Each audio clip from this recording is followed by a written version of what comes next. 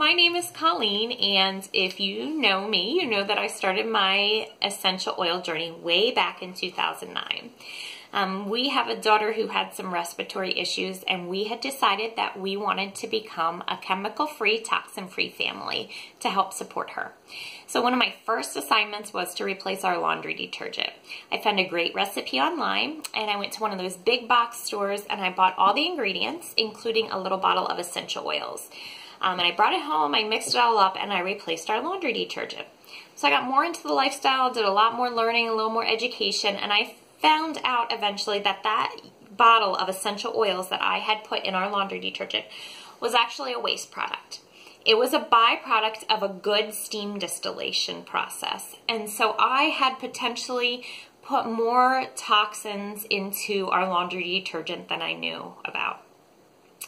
I did a lot more research and a lot more learning, and in 2015, I was introduced to a company called Young Living Essential Oils, and I absolutely fell in love with them. I have not looked back. I've replaced almost everything in my home with either DIYs that I make with my essential oils or their line of cleaning products that they have available.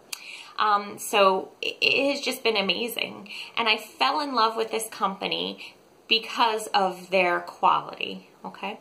So we're gonna learn today what is an essential oil.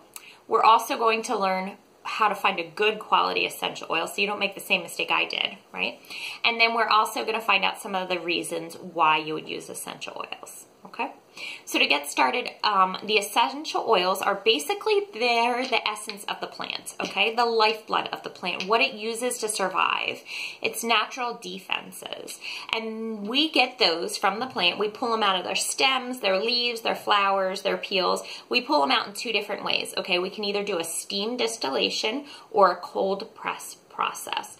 So to see a little bit about how concentrated these are, I'll show you that when we cold press lemons and we get the essential oil out of there, we can actually take 75 lemons, cold press them, and fit them into this teeny tiny little bottle. 75 lemons. So that's how super concentrated they are, okay? As far as the steam distillation, we take a whole pound of peppermint plant, steam distill it, and fit it into this bottle. Super highly concentrated. One drop can do so much. All right. Lavender. Okay. You take one drop of lavender and you put it on your skin and you rub it in. It will absorb completely into your skin.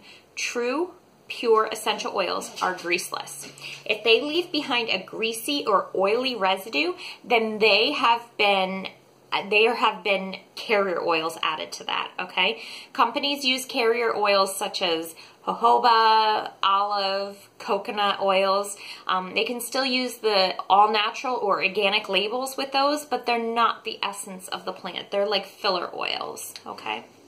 You want 100% pure.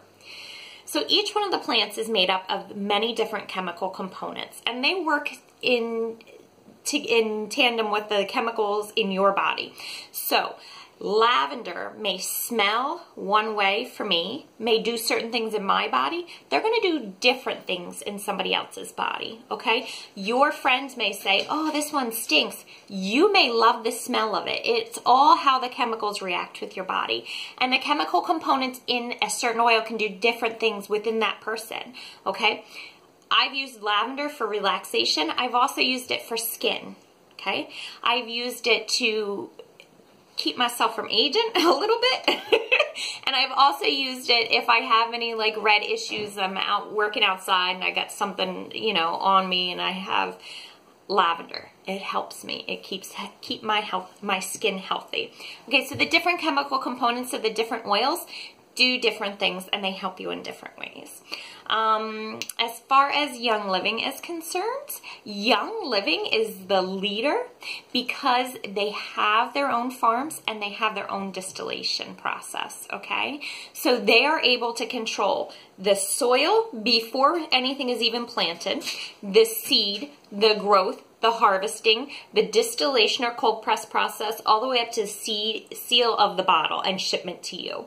Okay, so they have something called a quality guarantee. It's called a seed to seal. They're guaranteeing that whole process. They have their patented distillation process. They have in-house and out-of-house testing. They do the whole thing. That's why they're the industry leader. That's why they've been around for more than 25 years. That is why I trust nobody else with my family.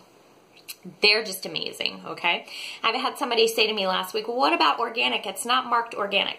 USDA labels for organic products control the growing process, no pesticides, right? Something like that. So they're doing seed growth harvesting, okay? You find something that's USDA organic, what happens after they harvest it? Are they a company that adds chemicals to the distillation process to speed it up and make more money? Are they a company that adds carrier oils to the bottle to fill it further so they can make more money on that bottle?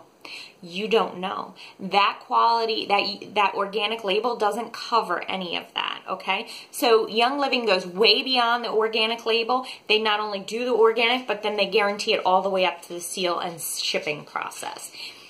It's amazing, okay?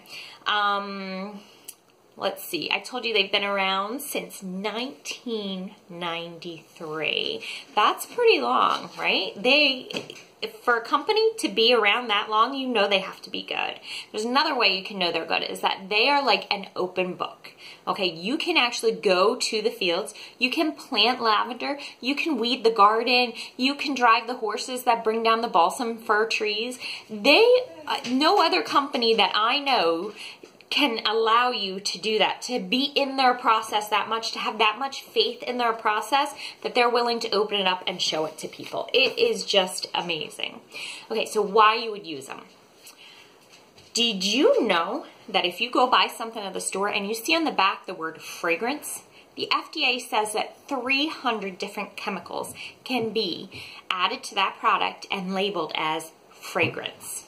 300. So you don't know if you're getting a carcinogen. You don't know if you're getting a hormone affecting chemical added to that. You have no idea what's all considered under that fragrance label. It can be up to 300 different things.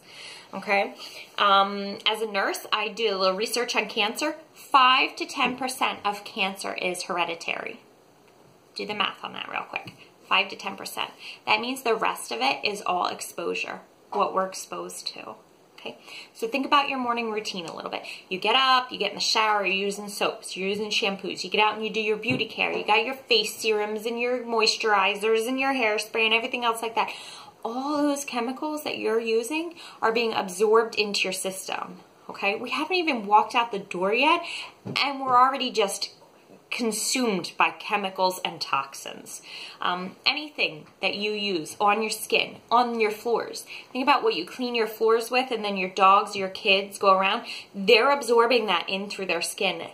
In the air, okay? If you're using a bathroom spray or a candle, all those chemicals and toxins are in the air and you're absorbing that into your system.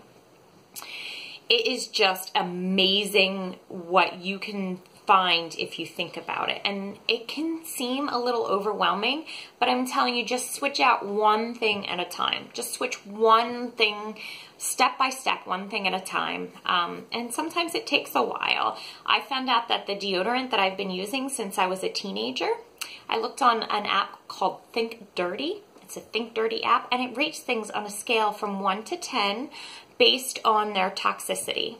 The deodorant that I've been using since I was a teenager was a 9 out of 10 due to carcinogens and hormone affecting chemicals. So think about that for a second. I've been using that on my armpit, a carcinogen, a hormone affecting chemical.